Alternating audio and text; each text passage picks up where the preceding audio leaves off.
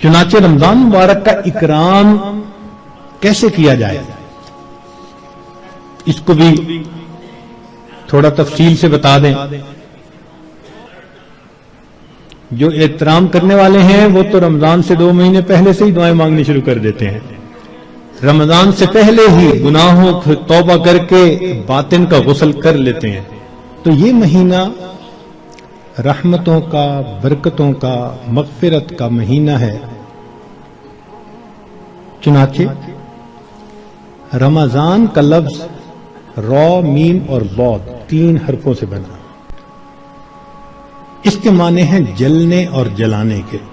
اس کو رمضان کیوں کہتے ہیں؟ لِأَنَّهُ يَرْمَزُ الذُّنُوبَ، اس لیے کہ یہ مہینہ انسان کے گناہوں کو جلا دیا کرتا ہے. جیسے آگ کسی چیز کو جلا کے ختم کر دیتی ہے، یہ مہینہ بھی مومن کے گناہوں کے نام و نشان کو مٹا دیتا ہے. زمین اگر ناپاک ہو تو ایک طریقہ تو یہ ہے کہ اتنی بارش برسے کہ ساری گندگی بہہ جائے. اب جب زمین دوبارہ خشک ہوگی تو پاک کہلائے گی. اور دوسرا طریقہ یہ ہے کہ اس زمین پر سورج کی تپش اور گرمی اتنی پڑے کہ وہ گرمی اس نجاست کا نام، نشان، رنگت، ہر چیز کو ختم کر کے رکھ دے. زمین پھر پاک کہلائے گی. تو یہ مثال ہے رمضان کی کہ اس مہینے میں اللہ رب العزت کی طرف سے اتنی رحمتوں کی بارش ہوتی ہے کہ انسان کے دل کی نجاستوں کو وہ مٹا کے رکھ دیتی ہے. یا یوں سمجھ لیں کہ اس مہینے میں برکات کی ایسی تپش آتی ہے انسان کے دل پر. نور کا سورج جو طلوع ہوتا ہے تو وہ دلوں کو اس قدر حرارت پہنچاتا ہے کہ دلوں کی نجاست کو مٹا کے رکھ دیتا ہے. اس لیے اس کو رمضان کہا گیا. حدیث مبارکہ میں اس کے مختلف نام ہیں.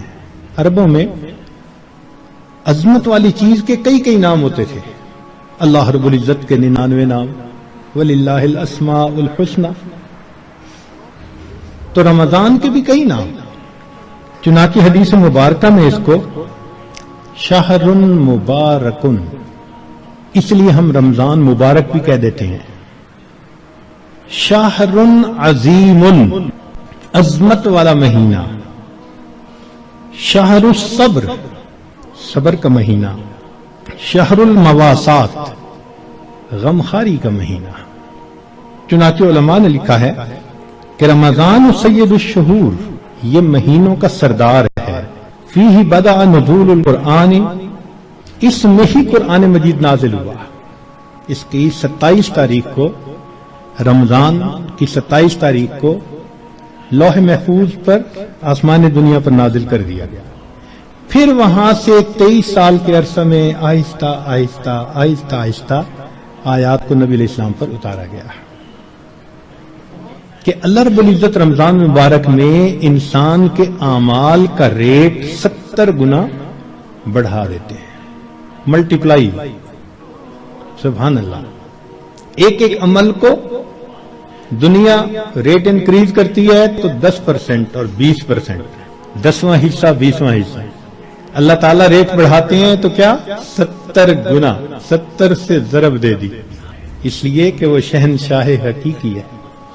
وہ اپنے بندوں کو اتنا اجر دینا چاہتا ہے کہ ان کے گناہوں کی ظلمتیں ختم ہو جائیں. تو ایسے وقت میں ہمیں بھی چاہیے کہ ہم اپنے اعمال اللہ رب العزت کے حضور پیش کریں. چنانچہ نبی علیہ السلام نے ارشاد فرمایا، هو شہر الصبر والصبر ثوابہ الجنہ، یہ صبر کا مہینہ ہے اور صبر کا بدلہ جنت ہے. وشہر المواسات، غمخاری کا مہینہ. سبحان اللہ. چنانچہ اسی حدیث میں آگے نبی السلام نے ارشاد فرمایا کہ اولہ رحمت، اس مہینے کے پہلے 10 دن رحمت، وَأَوْسَطُهُ مَغْفِرَةٌ، درمیان کے 10 دن مغفرت کے، وَآخِرُهُ عِتْقٌ مِّنَ النَّارِ، اور آخری 10 دن آگ سے آزادی کے. وہ کیسے؟ علماء نے اس کی بہترین تفسیر یوں کی کہ کچھ وہ لوگ ہوتے ہیں کہ جو پہلے سے ہی نیکوکاری کی زندگی گزارنے والے ہوتے ہیں، گناہوں سے بچتے ہیں، تقوی طہارت کی زندگی گزارتے ہیں، تو ان کے لیے تو رمضان رحمت کی خوشخبری بن کے آتا ہے، تو پہلے 10 دن میں ہی ان کے درجے بلند ہو جاتے ہیں۔ اور کچھ ایسے بھی ہوتے ہیں کبھی نیکی کر لی کبھی خطا کر بیٹھے، تو ایسے لوگ جب رمضان کے پہلے 10 دن گزار لیتے ہیں تو اس میں ان کے جو گناہوں کی ظلمت ہوتی ہے اس کو اللہ تعالیٰ ختم کر دیتے ہیں۔ چنانچہ اوسطہ مغفرتن، ان کے لیے درمیانی 10 دن مغفرت کا پیغام بن جاتے ہیں۔ اور کچھ بہت زیادہ غفلت میں رہنے والے، اگر 10 دن سے ان کا کام نہیں بنا تو 20 دن سے ان کا کام بن جاتا ہے۔ چنانچہ جب 20 دن کی برکتیں ان کے دل کو دھو دیتی ہیں تو آخرہ عتق من النار، آخری اشرہ ان کے لیے بھی آگ سے آزادی کا اشرہ بن جاتا ہے۔ معلوم ہوا کہ اس مہینے میں تھوڑا غافل ہو یا زیادہ غافل، ہر بندے کی مغفرت کا اللہ تعالیٰ انتظام فرماتے ہیں۔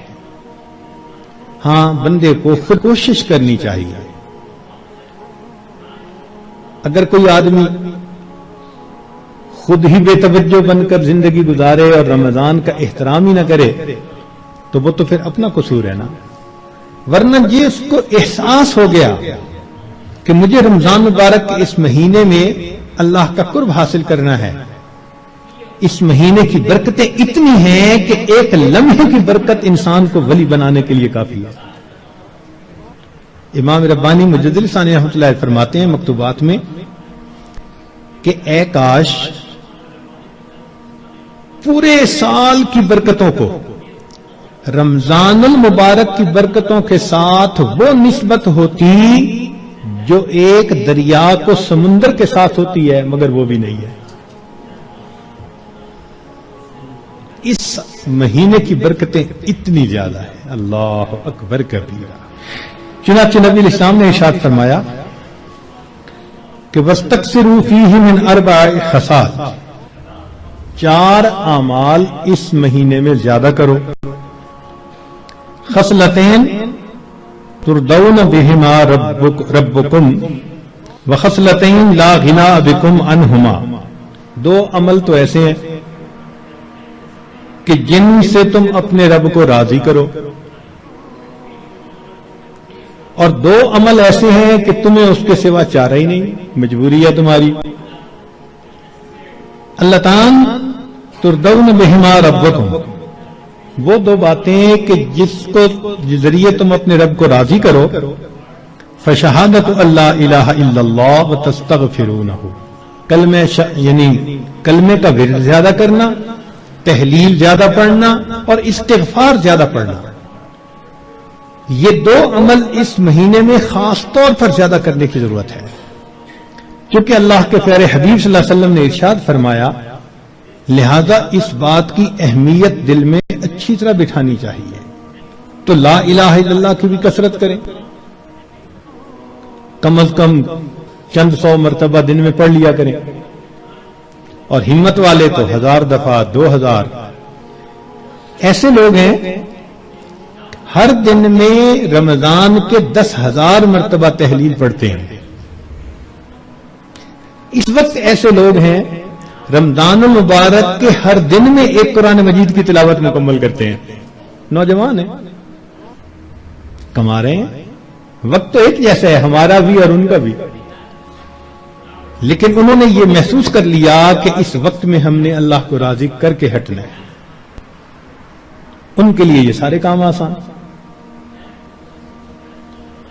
تو ہم چلو چند 100 دفعہ یا 1000 دفعہ ہی لا الہ الا اللہ کا ورد کر لیا کریں، اور اگر چلتے پھرتے عادت ڈال لیں تو سبحان اللہ کئی 1000 مرتبہ کرنا بھی آسان ہے۔ اور ہمارے اکابر سبحان اللہ، وہاں سینکڑوں اور ہزاروں کی بات نہیں ہوتی تھی، اور لاکھوں کی بھی بات نہیں ہوتی تھی، کروڑوں کی بھی بات نہیں ہوتی تھی، کروڑوں مرتبہ سے زیادہ دل کے اوپر لا الہ الا اللہ کی ضرب لگتی تھی، کروڑوں مرتبہ سے زیادہ۔ دل کے اوپر کتنا نور ہوتا ہوگا، اللہ اکبر کبیرہ۔ اور استغفار کی کثرت کریں. اور دو چیزیں جس کی ہمیں ضرورت ہے، ایک اللہ رب العزت سے جنت مانگیں اور جہنم سے اللہ تعالی سے پناہ مانگیں. تو اس مہینے میں یہ دعا مانگنی چاہیے، اللہم انی اسألک الجنہ وَأَعُوذُ بِكَ مِنَ النَّارِ. اے اللہ میں جنت کا سوال کرتا ہوں اور جہنم سے اللہ میں پناہ مانگتا ہوں. لا الہ الا اللہ لا الہ الا اللہ لا الہ الا اللہ لا الہ الا اللہ لا الہ الا اللہ